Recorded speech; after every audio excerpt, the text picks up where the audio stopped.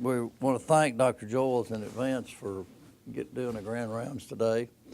For those of you that don't know, Dr. Joyles is a native of Kentucky, and we were able to lure him here from Greenville, South Carolina, where he did his vascular fellowship. But that was assisted by the fact that his wife, who's an internal medicine doctor, is a native Chattanooga, and that helped us, Dr. Greer and I, in twisting Dr. Joyles' arm to get him here a while back. But he's been a stalwart of our faculty, and helps with the vascular program and University Surgical Associates and everything else. I look forward to this talk on carotid. Thank you, Charles. Thank you.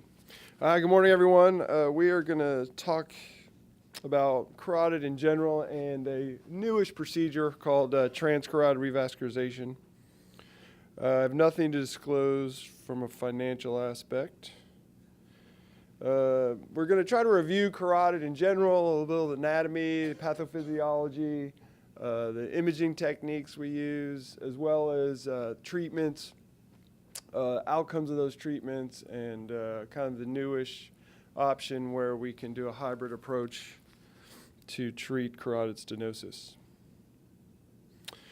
Normally here I would tell you about the billions of dollars that stroke cause, and about 30% of strokes come from the carotid artery, but there was a tragedy for my generation as Luke Perry died of a stroke in the past week or so. He was big on a TV show when I was probably a teenager, and then my kids have watched him on Riverdale. I don't know if anyone has time for that. But he was only 52. He died recently of a stroke. They haven't released what type of stroke, but stroke hits home, and it's important. This article, in doing the research for the talk, came up, and it's kind of interesting. The carotid arteries have been known, for centuries or longer. The word carotid comes from kairos, from the Greeks, and that word meant to stupefy. So, at least in recorded history, we know that at that time they knew if you squeezed the neck really hard, people would pass out or become stupefied. The article has this picture on it, and this is from the Parthenon, where you have a centaur grabbing the neck of some other part human creature, and essentially just to squeeze the neck and cause them to pass out. They also figured out at that time and that you would get this thing called apoplexy, which pretty much sounds to be like what we call a stroke. And they slowly figured out that could be related to carotid artery problems as well. It wasn't really until the 17th century where the pathologists figured out that if you interrupted the blood supply to the brain, you got a stroke. And an autopsy, they actually found thrombus in the carotid artery that led to that. Additionally, in the 17th century, Willis, who coined the circle of Willis, he noted that at autopsy there was actually occlusions of arteries in the brain, but the person had not had a stroke, and was kind of identified the collateral circulation in the brain that can keep you alive if you lose one carotid artery.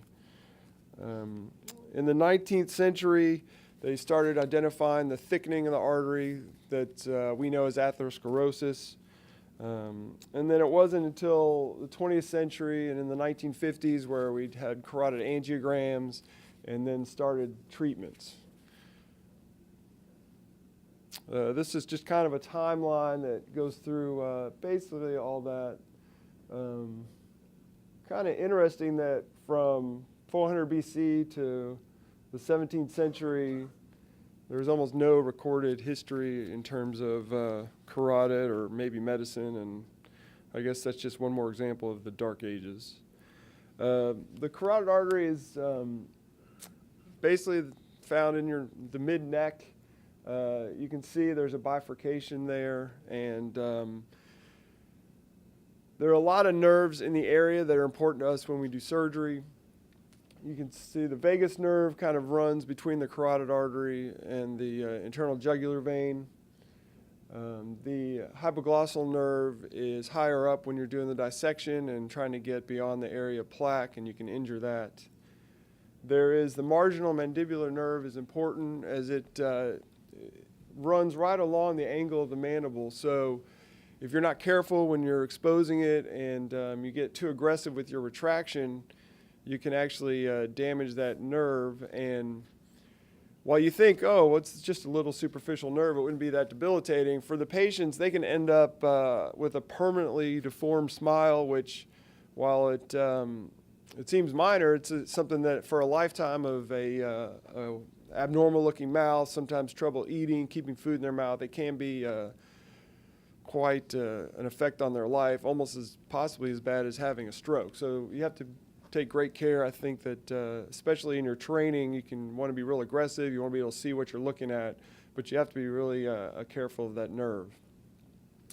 Additionally, there is the ansa, which you'll see pretty quickly upon getting towards the carotid sheath, and that's actually a sensory nerve that you can cut.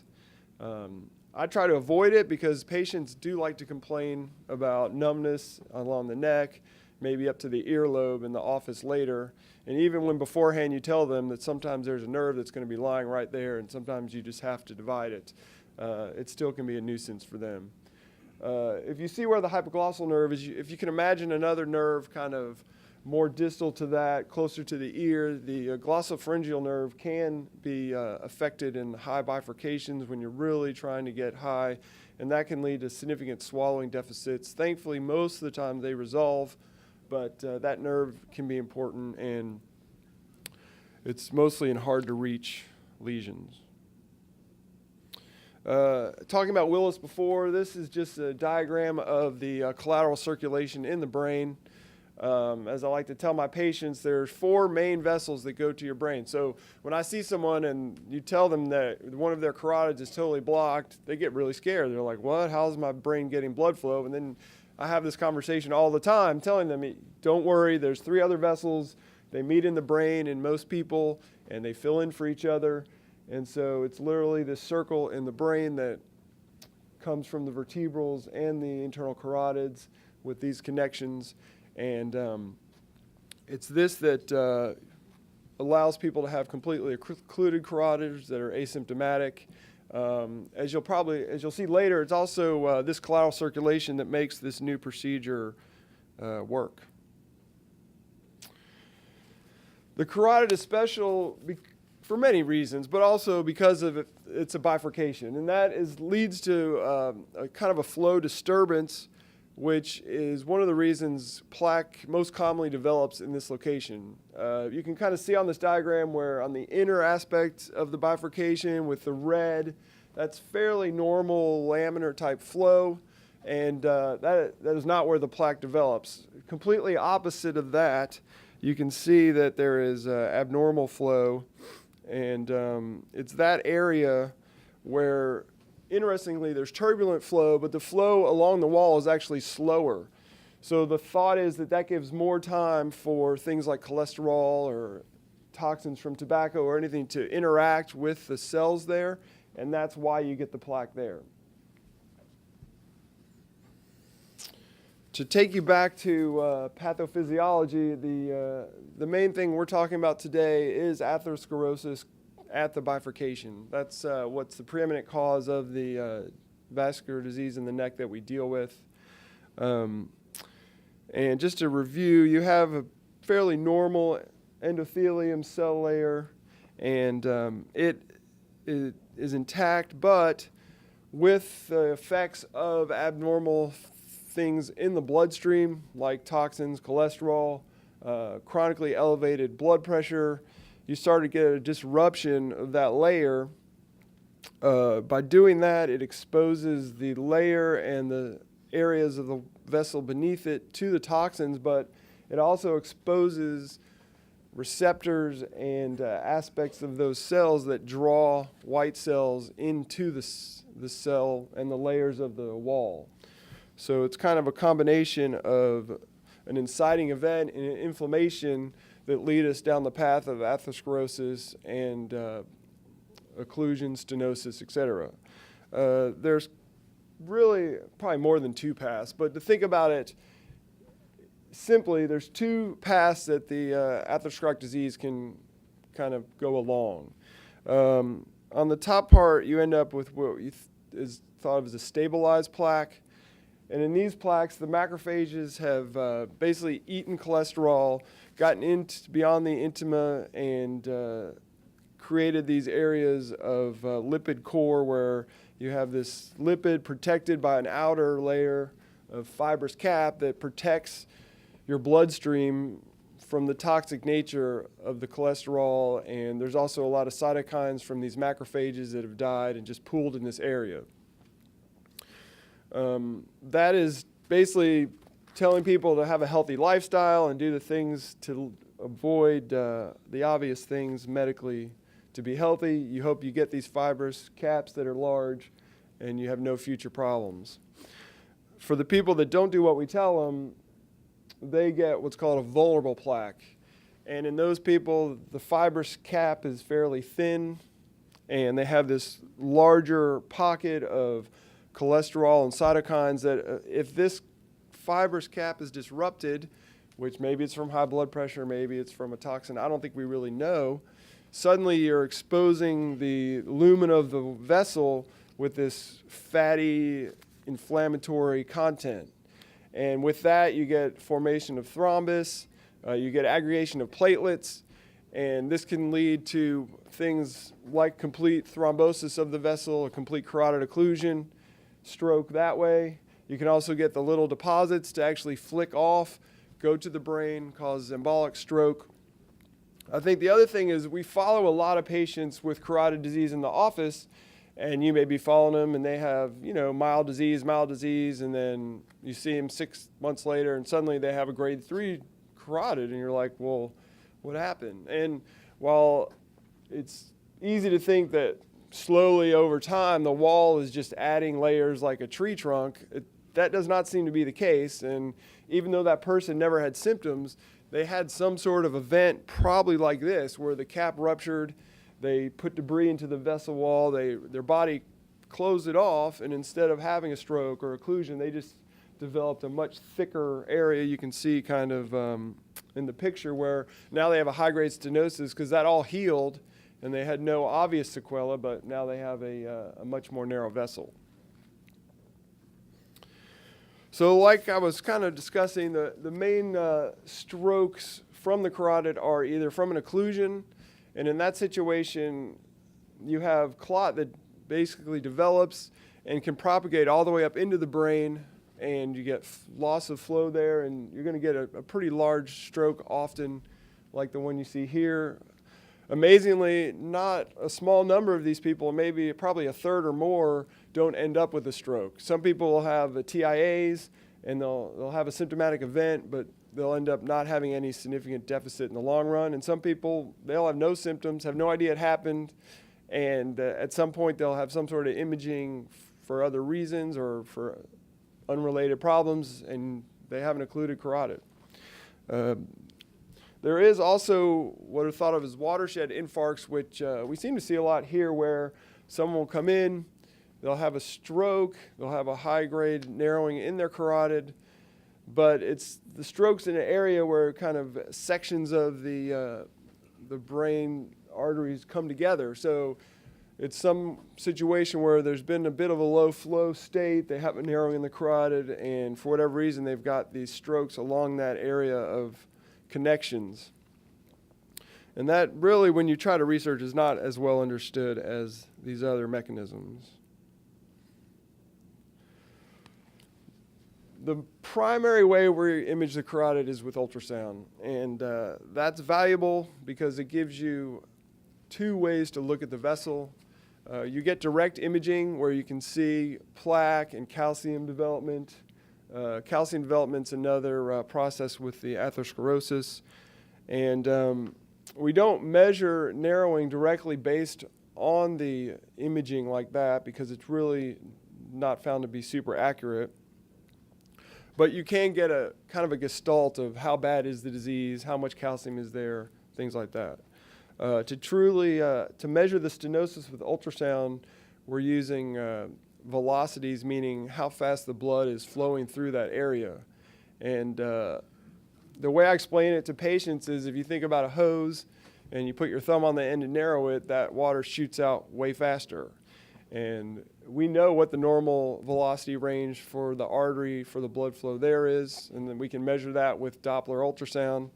And when someone has velocities that are much higher than expected, that's when you can start grading how narrow their artery is. You can see in the picture here, when you look at the flow areas, I think I have a pointer somewhere. Maybe not. Is this a laser? Yeah. Anyway, so if you look right here, in a normal artery, this area is going to be almost black. But here it's all fuzzy. And basically that's because there's turbulent flow in that area as well. So you can see that the flow is disrupted because it's narrow and going multiple directions, and that's what that shows you. So with the peak there being fairly high at 250, that signifies a narrowing. And also, sometimes you'll see that, but it'll be in an area where there's some sort of tortuosity, but you won't necessarily have that disruption of flow and the haziness that you get if there's a narrowing. And this has been heavily studied because we're always trying to equate what narrowing on ultrasound equals what narrowing on arteriogram. And every lab is supposed to have their own guidelines. They're supposed to continually measure their ultrasounds with people who get arteriograms in order to say, well, if it's this number, then there's a stenosis of 70, 80%, and those people, you know, they need treatment, and we don't necessarily need to put them through other imaging studies. And even now, the accrediting agency for all of vascular ultrasound has been doing a trial for the past at least 3 or 4 years where multiple centers are doing arteriograms and ultrasounds, and they're trying to find a criteria that's going to be like kind of a international standard. And for me, you'll see why. For me, I don't think it's truly possible. I think that one of the problems with this is you're measuring two different things. You'll see when we do arteriograms to measure stenosis, we're measuring something different than here where you're really, the flow is going to be disrupted by the area that's left in place at the stenosis. But all of our trials have been done using arteriograms, which are measuring a diameter stenosis. So in my mind, I never can, unless the ultrasound is just way out there, obviously super narrow, I don't put all my eggs just in that basket personally. I think a lot of people trust the ultrasound and the quality of the lab matters, but it's almost an impossibility. This is an arteriogram. This is the gold standard if you want to know what the stenosis truly is. And, you know, that shows up pretty well. You can see here. This is a very important diagram because it explains what I was talking about before in terms of area versus diameter. And it also explains how when they did trials, they had to standardize what the narrowing was at different centers so that they could adequately compare patients in the right group.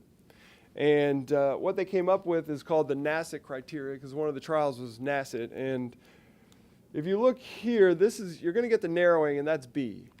And for a while, people were trying to determine how narrow it was by comparing B to C, which is at the carotid bulb, and they're trying to gauge what that diameter is. But you don't know what that diameter is. It's impossible to know because you see here, you would just be guessing on where the true artery was before it got narrow.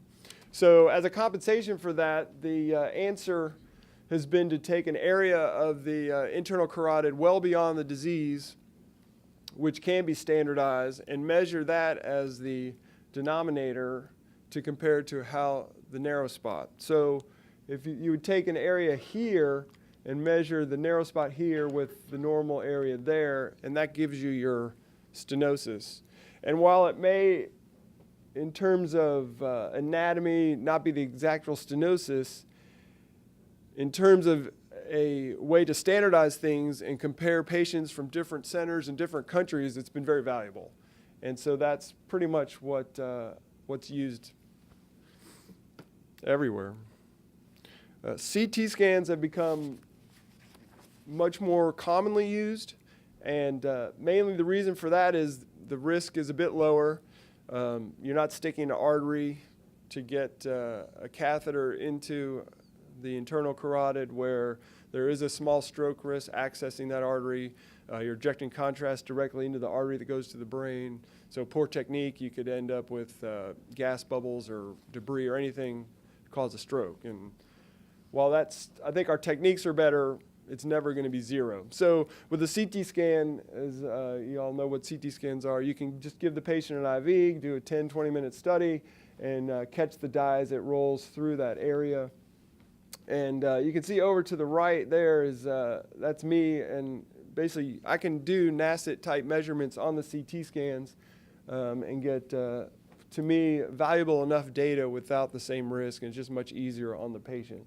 You do have to be careful because calcium and contrast, if you're not changing the windows, will look identical. So if you see here, there's calcium, and I typically use bone windows to really visualize the difference. And so you have contrast here, you have bone or calcium here, and using that, it's effective enough that in probably 90+% of patients, I can get an adequate read without the risk of arteriogram. There's still patients rarely that I'll do an arteriogram on when the CT and the ultrasound don't match and you want a tiebreaker, or maybe they have renal failure that prevents the high load of contrast from a CT scan. Those people you can give an arteriogram with much less contrast.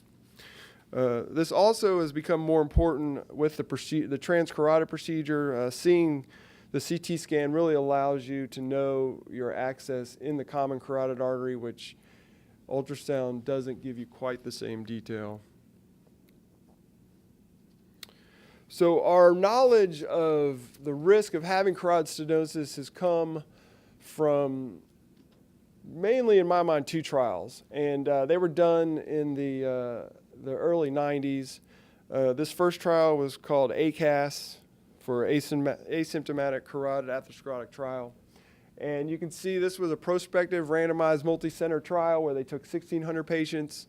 They all got arteriograms, and some got surgery and some got medical management, and then they followed them. And you can see that this really was, I believe, the first prospective randomized trial proving an effect of surgery over just medicine, though obviously some therapies would never get that because you wouldn't just give them medicine. But pretty much at 5 years, if you had 60% or more stenosis, your stroke risk was about 5%.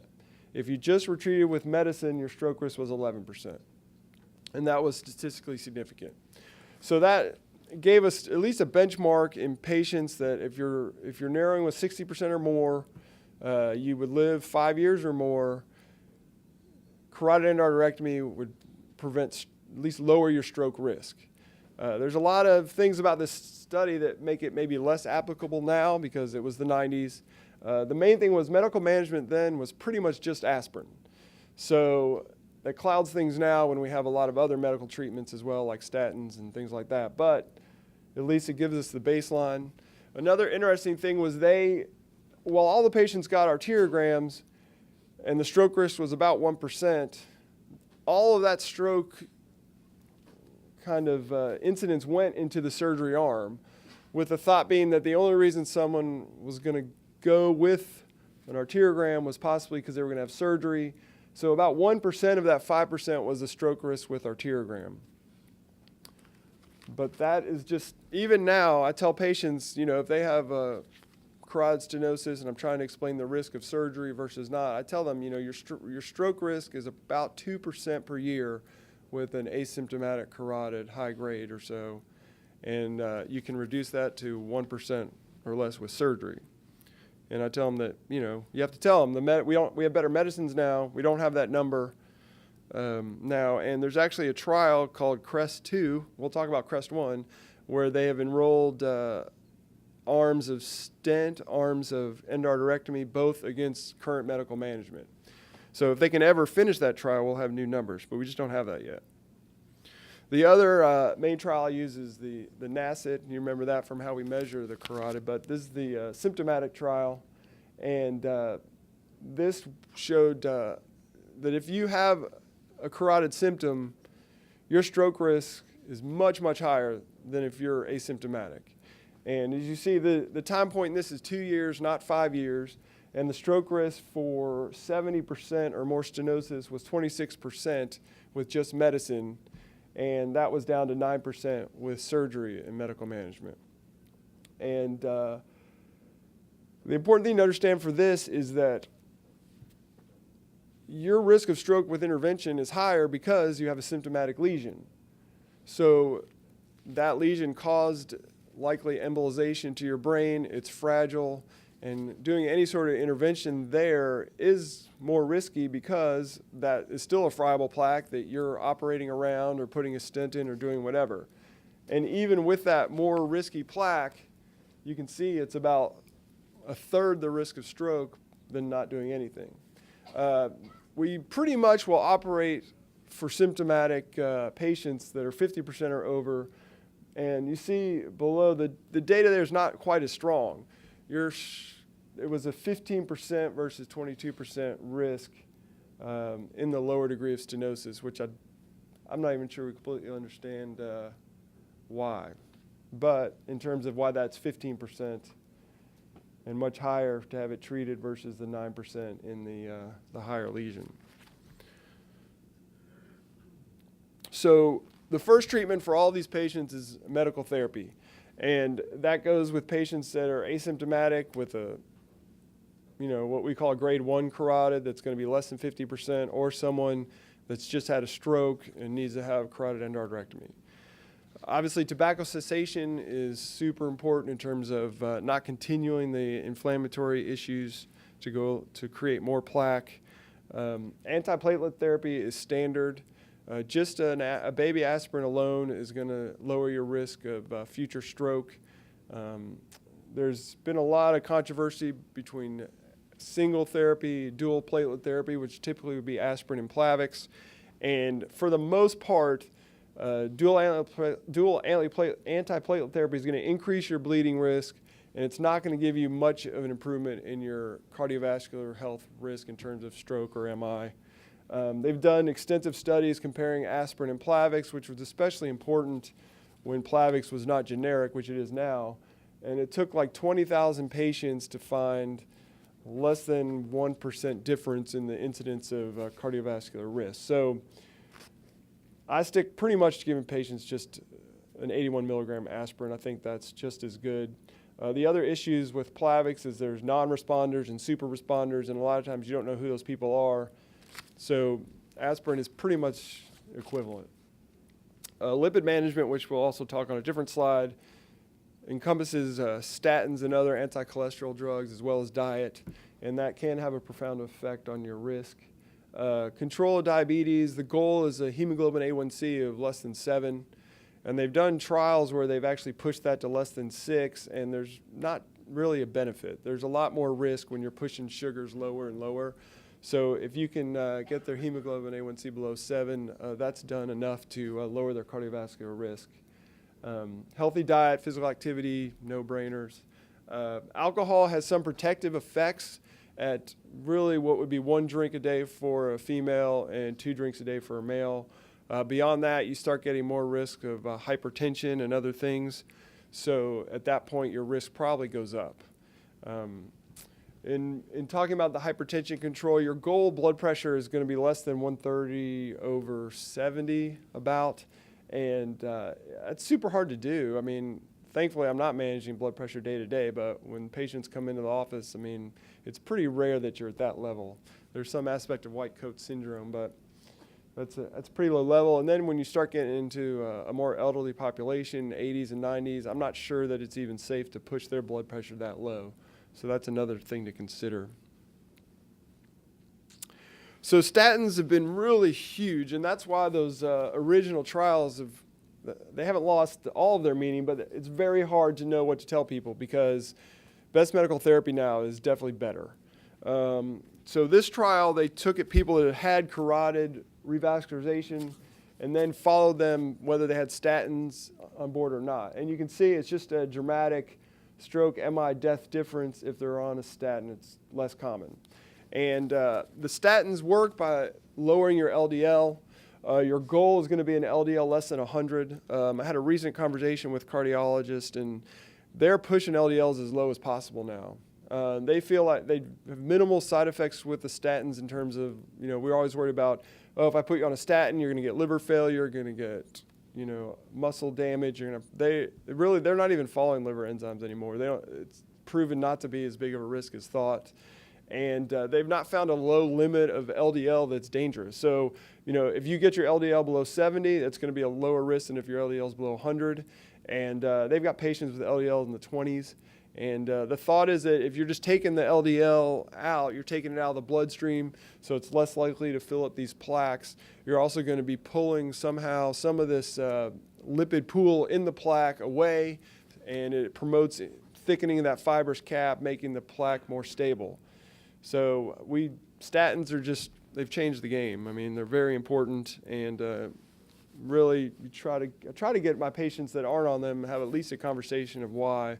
A lot of them will have difficulties with, I had muscle cramps, I had to stop it, and it's really hard in a short visit to push them to try a different one, but I do try to encourage them to maybe talk with their PCP about that. I added this trial mainly because it just pushes the medical management further. It makes me more confused, but I thought it was very interesting. So probably most people here know Xarelto and the direct oral anticoagulants. The company did a trial, and they compared low-dose Xarelto with aspirin to low-dose Xarelto alone to aspirin alone. And when they did this, they found that if you take a very low dose of Xarelto, which is 2.5 milligrams twice a day, combined with the low-dose aspirin, you could significantly reduce the risk of stroke, MI, and death. And for me, it seems... You say, you look at the comparison, and when you took all the primary outcomes together, it was 5.4 versus 4.1, which it's significantly different. There's thousands of patients. But when you look at stroke, you're almost cutting the stroke risk in half. Now, you're not just saying that's from the carotid. It's all strokes. But if you have a lot of patients where maybe they have a grade 3 carotid, 70, 80%, and for whatever reason, they don't want surgery. They're old. They're never having a surgery again. They don't want it. So maybe they're too high risk to do anything. So it really makes me think, in these patients, if we add a low dose of Xarelto, are we going to maybe drop that stroke risk even more? I mean, right now the stroke risk for carotid endarterectomy is, 1 to 3%. And if you can get the medical therapy close to that, then, what should we be doing? So still waiting on CREST-2 to tell us what that stroke risk for medical therapy is. Now, this does not come without side effects. They did find more bleeding in these patients. They're very quick to point out that there was a very small and not significantly different amount of intracranial hemorrhage or fatal bleeding when you compared the combination therapy with aspirin alone.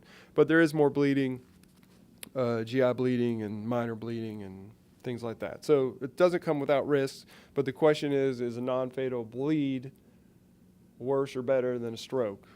You got to weigh those options. When it comes to surgical management, the mainstay of any interventional plan has been carotid endarterectomy. I found another great article when preparing for this, and it basically goes over the history of carotid endarterectomy. You can see here that this is why carotid endarterectomy is going to be difficult to replace.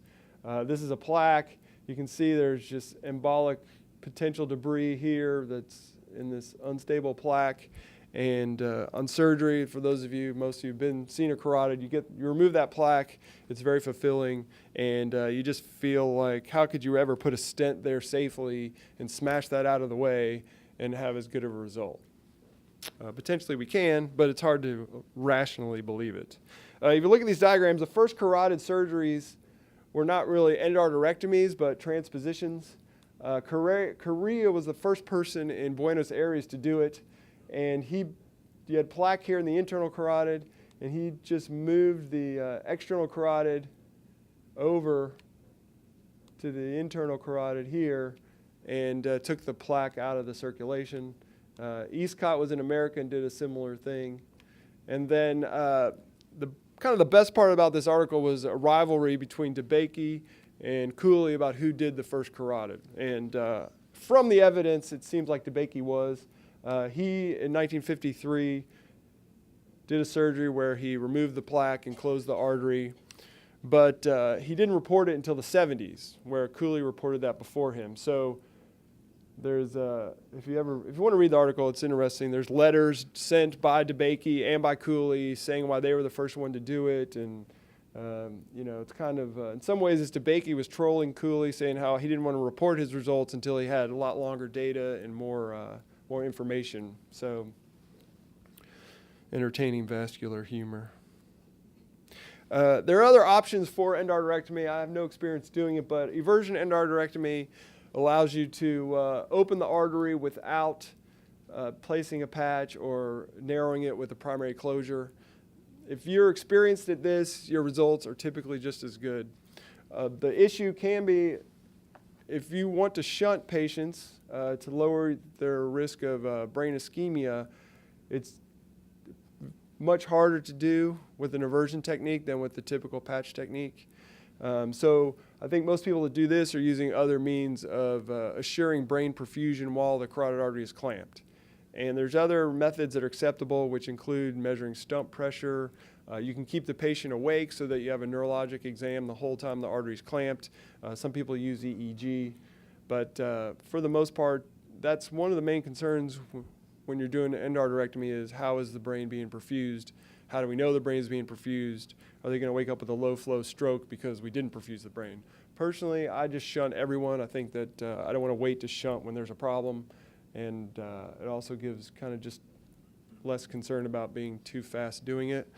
But there's other purely acceptable ways to do it as well. This is just a brief example of a patient we had here in the past month or so who came in with, he had a left-sided stroke.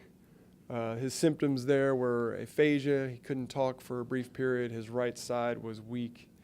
And thankfully for him, that all resolved for the most part. A few days later, we took him to surgery. You can see in the picture, that's where the narrow spot was. And I didn't have any pictures in terms of the surgery, but we cleaned out the plaque similar to the other plaque we saw and went home in a day or two. One thing I did not mention yet is it's very important to really delineate who's symptomatic. Patients with any sort of mental complaint are getting carotid ultrasounds in the hospital. They felt weak, they felt dizzy, they almost passed out, the room spun. Those are not symptomatic patients. So if they have just a moderate plaque, we're not going to rush them off for surgery. For carotid disease, you want to have a well-delineated kind of hemispheric symptom. You want their right arm or right leg to suddenly be weak or numb. You want them to suddenly go blind in one eye, which would be amaurosis, which is a carotid symptom.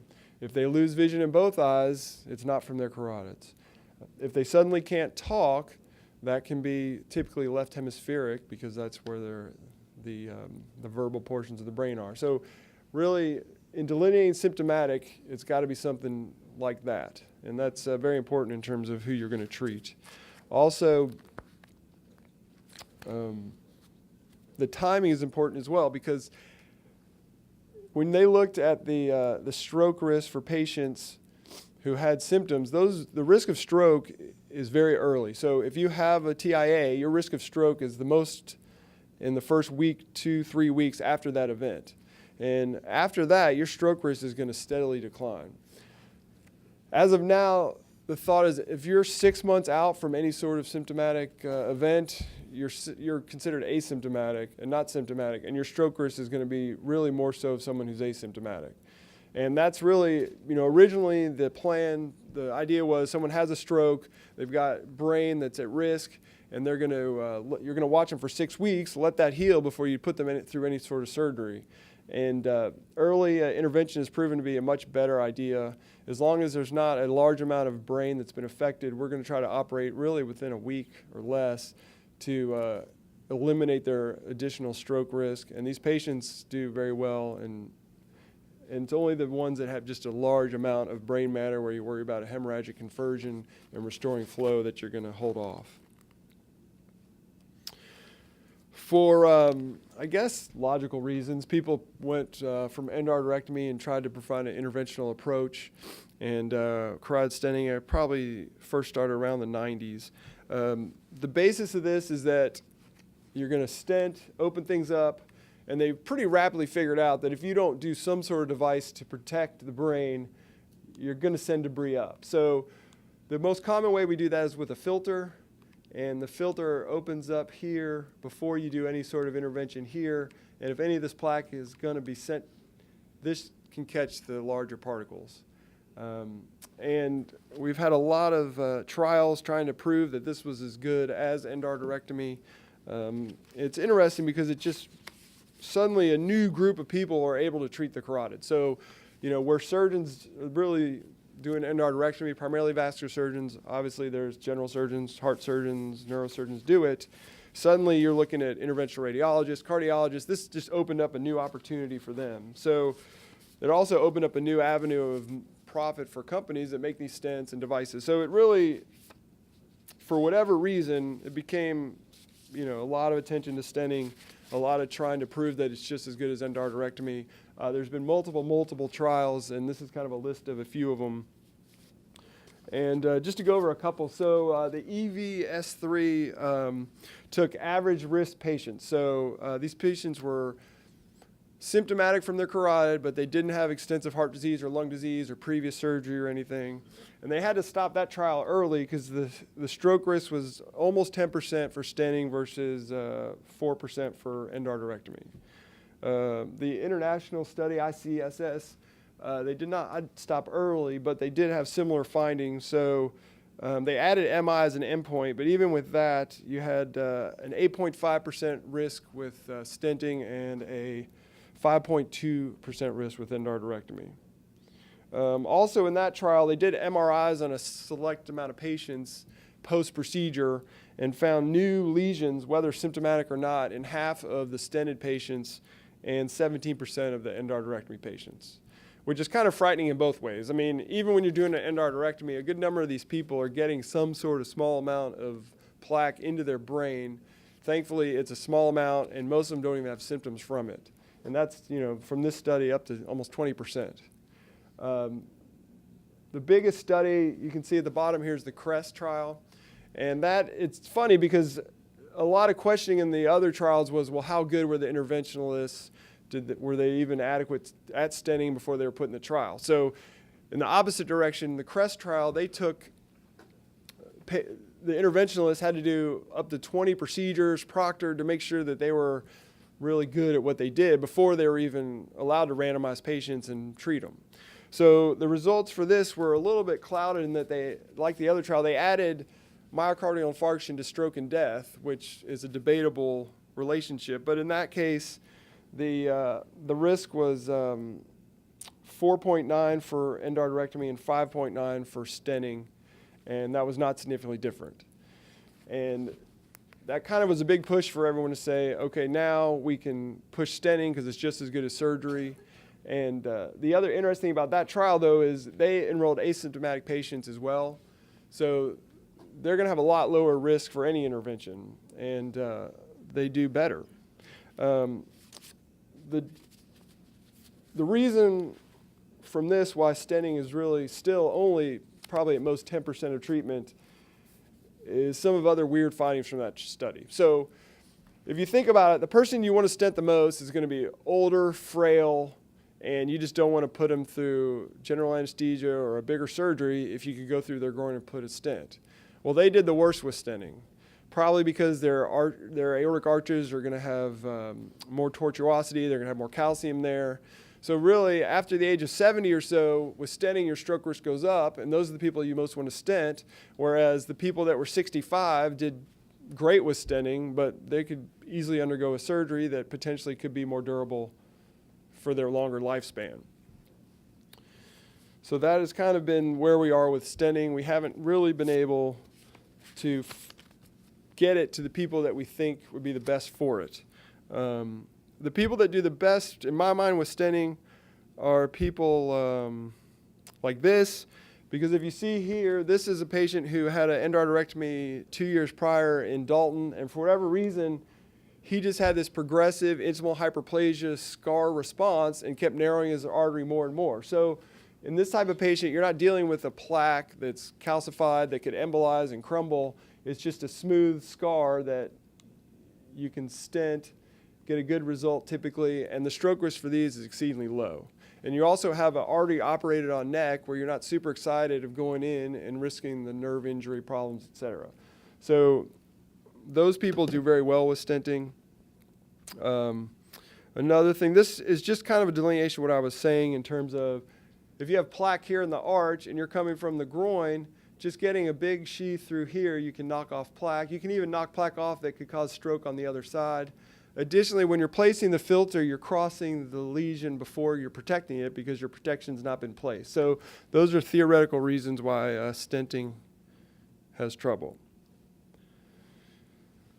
Probably another unique thing about stenting has been that Medicare has really been putting the brakes on it. And it is not something where we have this procedure, the FDA approved the devices, and Medicare would reimburse it. So I think their fear was similar to ours as surgeons, that if you just let this go, you're going to get radiologists, cardiologists stenting everyone. The results may not be as good. There's no way to control it.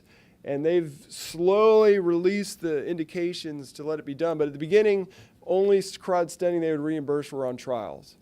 And after a while, they allowed symptomatic patients that were high risk based on heart or lungs or previous surgery to be reimbursed without being in a trial. And probably 4 or 5 years ago, they finally allowed asymptomatic patients with greater than 80% stenosis with specified risk factors could be reimbursed with a stent.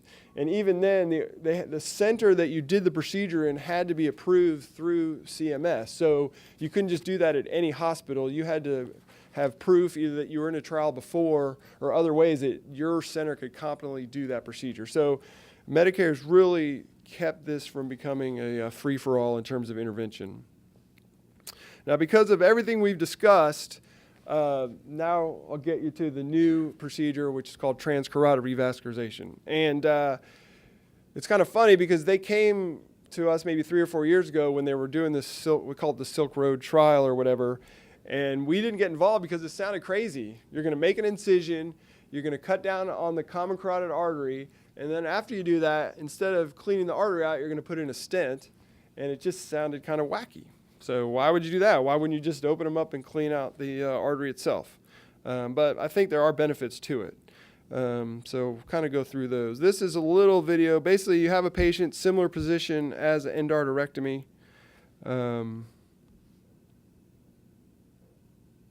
Sorry, that skipped ahead. I don't know why it won't work. It worked earlier.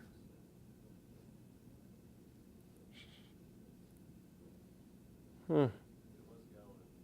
Is it going? It's kind of slow.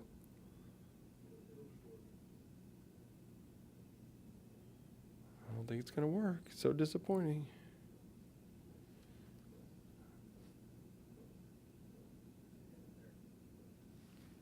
Oh, it's not on my thing. It's just on the screen. Okay, sorry about that.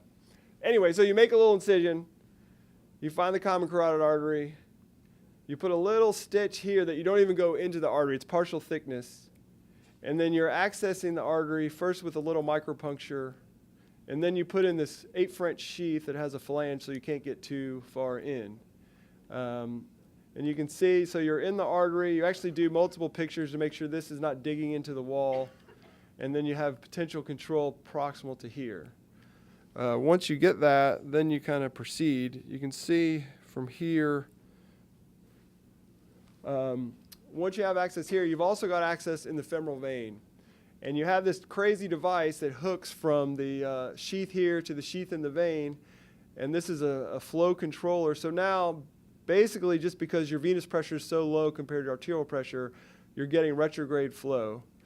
Once the carotid is clamped here, you're getting really no flow this way, and flow is this way. And that's where the circle of Willis comes in, because you're getting vertebral carotid flow that's bringing it back around.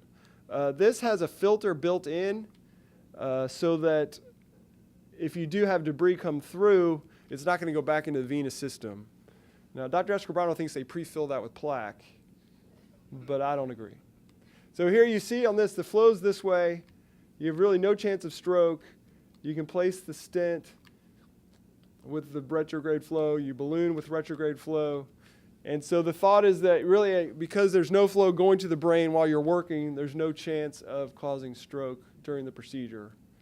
And really at this point, you let it actually run for about a minute or so after you've deployed everything, with the thought being any loose debris you'll still pick up and pull out before you restore flow. And then here you just see flow restored. And probably the most surprising thing about it has been that the results were really good in their trial. So if you look at their results, and these were all high-risk patients, and they all, you see in their trial, the stroke rate was 1.4%, which compared very favorably to the stroke risk in CREST, which was 2.3% with endarterectomy. And they had a lot of elderly patients and symptomatic patients, and those people did just as well. So with this procedure, you don't seem to have the same elderly bias where they have more likely to have stroke. And that's kind of, for me, been the big reason that I think it's advantageous. And also, as you probably noticed from those other trials, the transfemoral carotid stenting with the symptomatic patients, it really did not do well. You know, their stroke risk is 8-9%. And for some reason, that's, I guess, the retrograde flow, the symptomatic patients here did just as well. And I think that's pretty powerful. CMS has controlled this as well, just like transfemoral stenting. Similar risk factors. The age is greater than 75 is an allowable risk factor, which you don't really have for carotid stenting transfemorally because the results are not as good. Other than that, it's heart things, lung things, previous surgery, radiation of the neck, reasons you can't get to the lesion. And in order to be reimbursed, the patient has to fit those criteria. Additionally, you have to be enrolled in the VQI, which is a database where you can follow your outcomes, and that's been a requirement as well. Interestingly, also with this procedure, the company, to do it, you have to go to a course with the company, and they're at every case. So it's a situation where you can't just have this on your shelf and start dropping these into patients all that you want without the company kind of there proctoring it and making sure it reaches their standards. That may be a problem down the road, but at the moment it seems like a good way to ensure the patients are being well cared for. Additionally, they have no plans to make this a percutaneous procedure. So this is in the hands of surgeons. You know, if a cardiologist or radiologist wants to do this, it requires, you know, someone with operative privileges to access the common carotid for them in the operating room before they can proceed. This is an example of a case I've had, and he was older, in his 80s. If you look here, one of the reasons I think he was a good candidate for this is his carotid has 2 complete U-turns. So in my mind, you're not going to be able to stent that from the groin because you can't safely navigate that with a stent or even probably an embolic protection device. Other concern being that if you shunt, I'm not sure what effect that tortuosity is going to have on your shunt.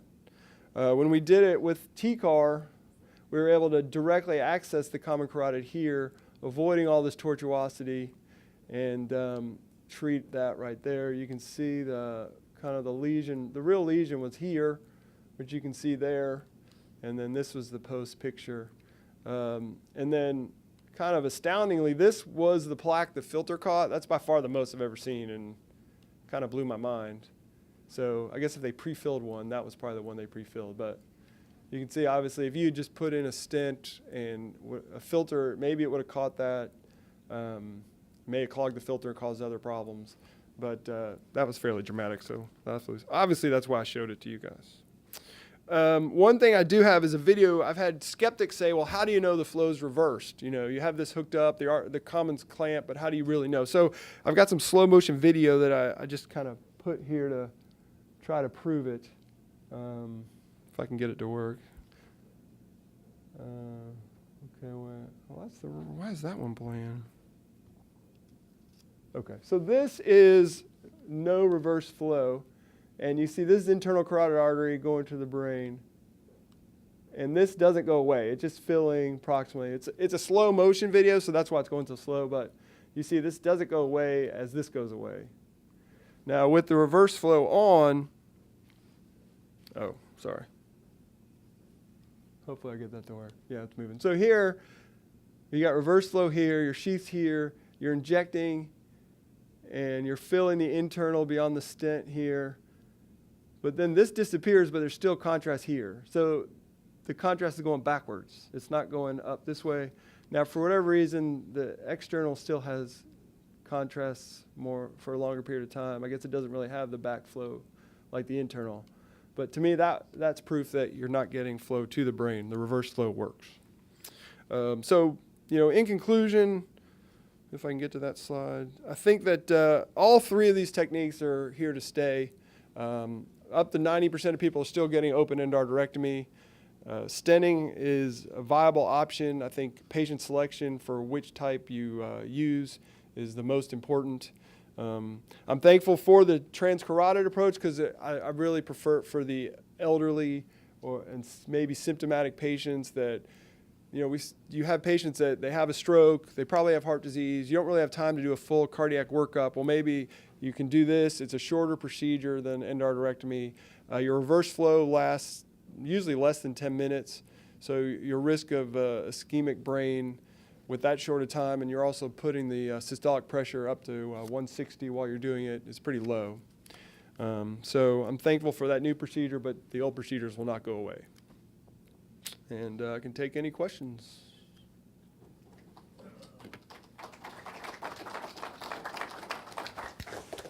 Question? Yeah, Dr. Greer. Just quickly on your TCAR, are you doing those with patients awake, or, this is worse than no shunt because now you've got reverse flow versus, so how do you know if you're getting neurological problems during the procedure unless you're doing them awake with just IV sedation? Well, I do, most of them have been general, and I think that basically the reason why it's not a worry is you're pushing the pressure up, and then really the reverse flow is 10 minutes or less. So you don't really have the 30-minute clamp time that maybe you do for endarterectomy, and it's not been a problem. It's a hard leap. I think that going towards sedation as I get more comfortable will probably be more likely, just to avoid the general anesthesia, people with lung disease and things like that. But it's really, for whatever reason, I think mostly it's just quick. You don't have that problem. The seems that it has always continued the controversy about a patent circle of Willis and reversal flow and checking for stump pressures and deciding whether you need to stent or not. Do you try to do any of that? Have you tried any kind of stump pressures to see if you really in fact have reversal flow before you check it, or you're just presuming that there would be enough flow that with the vein being low flow that it would accept the flow? Yeah, so you do check the device. So what you do is you clamp off the flow reversal and inject saline, and then you release it. So you visualize there's a reverse flow going through, and you do that twice before you actually start. But at least you have some flow. You're going to have variable rate of flow depending on how much pressure is coming through the circle of Willis from the contralateral side, correct? Right. But you confirm flow before you do it. And, I'm pushing their systolic pressure above 160 as well to just get it as much as you can from collaterals. You're pushing the pressure up? Yeah. Okay. All right. Okay. I guess the other thing, you showed the eversion technique for endarterectomy. We're not using that, are we? No one here that I know of in our practice does it. Well, that's what I thought. Okay. But if you look at the data and the people that do it regularly, it's just as good. It's got to take longer, though, right? I haven't done it, but people that do it, they're pretty just ardent that it's just as good. Can you shunt during that time? People say you can, but you try not to apparently because it's I've never even seen one done. That's the problem. If you're in the middle of it and they get a neurological, you got to do them awake. which to me is sort of slow torture. Oh, yeah. To be yanking, having an intern pull on their neck with a retractor and they're awake and they're trying to respond. And Yeah. if you get in the middle of it and you have a neurological problem, then you got a big deal because you have trouble getting a shunt in, a partially everted carotid. I mean, I would never want to be in that position. But people do have good results with it and they use it. One of our former partners did that quite a bit. So the right hands. I mean, just the longitudinal longitudinal arteriotomy with shelling it out. The problem has always been the distal point. But if you can, and that's where the point about the anatomy of the nerves is really important for residents, by the way, because those are real problems if the patient has a difficulty from it. Yeah, Dr. Fisher. I know we're about out of time, but one of the big changes that's happened during my career, which is now about 35 years, is the timing of this operation after stroke. I mean, when Dr. Burns and I and Dr. Greer and we were coming through, there was an obligatory 6-week period of time where somebody had a stroke, you watch them for 6 weeks, and then you started your workup, whether that was an arteriogram or what it was at that time, and then you did the operation. The idea was you want to let the brain settle down. And then in 1987, there was an article that came out of the Brigham written by a guy named Andy Whittemore. And Whittemore did 11 cases in Boston where he was really worried that somebody's going to have a stroke waiting that obligatory 6 weeks. And after that, he had 11 patients in that series. He did them fairly quickly after their stroke, and all of them did fine, and they didn't seem to restroke with the operation. That's completely changed everything about the timing of when to do a carotid patient that had had a previous stroke. I just did one yesterday. This guy had a major stroke last Friday. Devlin called me, asked me to get involved. Normally, Devlin likes to wait 2 weeks. That's his magic time. Some of the other neurologists that have trained elsewhere, like Cyril Akim that they go faster. And what I typically do is try to talk to the neurologist, see what his thoughts are, because every case is a little bit different. And I have to say that I have moved up this obligatory 6 weeks to whenever they think it's the right time to do it. I read an article 6 months ago that said it's rare that you need to do a carotid within the first 3 days, but you probably don't need to wait much longer than 3 weeks. And that seemed to kind of make sense to me. The concern is about a hemorrhagic transformation after the original stroke before you operate. So if you wait 3, 4, 5, 6, 8 days, maybe a week, maybe 2 weeks if it's Devlin, and they haven't had neurologic deterioration, then presumably they haven't had that hemorrhagic transformation. Go ahead and do the operation. I've had remarkably good results doing that. You want to respond to that? Because I mean, I think that's pretty much what you said. We try to do something, not necessarily the day after, but during that hospitalization, right? Yeah, I mean, it's been shown pretty much your stroke risk after a TIA or stroke is the highest in that first 3 weeks. So it's by cutting that time down that you're really preventing future stroke. Yeah. This was a great talk. I particularly for the students enjoyed the pathophysiology description of the way arteriosclerosis and the complications from it develop. And one of the interesting points you made, and I found it interesting too, is that the stroke rate was higher in patients with a 50 to 70% stenosis than it was in people with 70% or more. And I believe it's because the pathophysiology is different. It's more of a leathery plaque than a rigid one in those lower ones, and they really have more problems with your distal plaque fragmenting and things like that post-op. I mean, I always thought that. I mean, the only ones I saw have problems were the ones that were less stenotic than the 90%, the 95%. They come out easier when you do the endarterectomy. So I think back to pathophysiology, we'll find that there is a difference at some point there. This was a great talk. I don't think if for having done this for a long time years ago, this was really fantastic. Thank you very much, Charles. Yeah, thank you all.